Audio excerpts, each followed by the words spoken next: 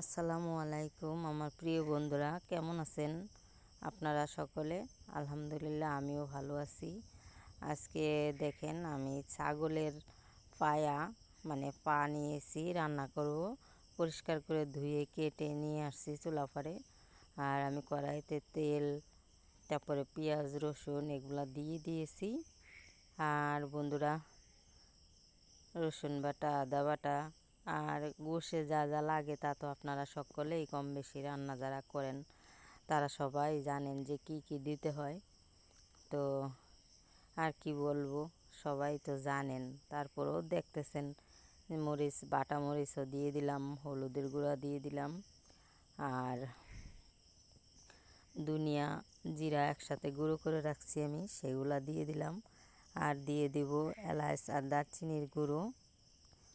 তো এগুলা দেওয়া হয়ে গেলে আমি হালকা একটু পানি অ্যাড করব, মশলাটা যেন পুড়ে না যায়।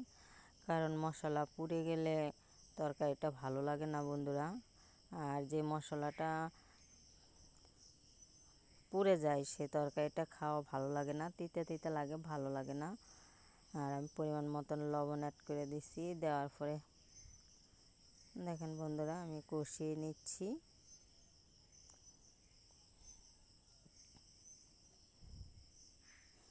আমি হালকা একটু পানি দিয়ে দিছি এখন। আর এতে তো অনেক পানি লাগে সিদ্ধ হইতে, কারণ অনেক সময় লাগে। অনেক সময়ের মধ্যে দেখেন বন্ধুরা সিদ্ধ হয়। আর নয়তো এটি তাড়াতাড়ি সিদ্ধ হওয়ার জিনিস না যে তাড়াতাড়ি সিদ্ধ হয়ে যাবে। আর এই জন্য পর্যাপ্ত পরিমাণের পানি বেশি করে দিতে হবে, যতটুকু সিদ্ধ হওয়ার দরকার। আমি ছাগলের পায়াগুলা দিয়ে দিলাম। আর দিয়ে আমি ভালো করে নেড়ে চেড়ে নিব। তারপরে যে গোশের গায়ে যে পানিটা আছে সেই পানিটা যখন খেয়ে ফেলবে, দেখেন এই যে এখন এই পানিটা খেয়ে মশলাগুলো গোশের গায়ে লেগে গেছে।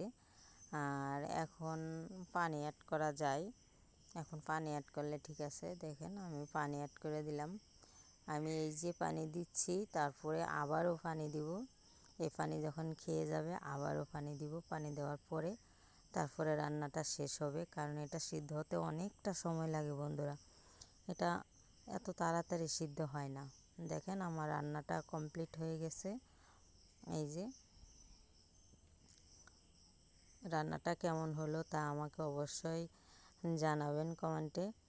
আর দেখেন আমার মেয়ে আর মেয়ের আব্বু রুটি, আর এগুলা রুটি আর ছাগলের পায়া দিয়ে খেতে খুব ভারী মজা হয়। তো এই যে ওরা দুইজনে খাচ্ছে, আমি খাই না, ওরা দুজনেই খাবে। ওই দেখেন আমার মেয়ে আর আমার ঘরের লোক বসে গেছে। ওই যে আপনারাও আসেন, খাওয়ার দাওয়াত নেন। তো ওই যে দেখেন, আর বাইরের আবহাওয়াটা বেশি ভালো না বন্ধুরা। একবার অন্ধকার হয় আর একবার একটু আলো হয়, কেমন জানি একেবারে অন্ধকার আচ্ছন্ন আজকের আবহাওয়াটা। আর বৃষ্টির জন্য আমি চুলাটাও লেপতে পারি না, কারণ প্রচণ্ড বৃষ্টি, এর মধ্যে চুলা লেপলে শুকাবে না, তাই রান্না করতে পারবো না। এই জন্য আমি চুলাটাও লেপতে পারতেছি না। চুলায় তেল পরে বিচ্ছিরি দেখা যায়, তারপরেও পারি না। আর বন্ধুরা, আমার চ্যানেলটা সাবস্ক্রাইব করবেন, বেল বাটন বাজিয়ে রাখবেন। তো সবাই ভালো থাকবেন, লাইক করবেন, শেয়ার করবেন। আসসালামু আলাইকুম।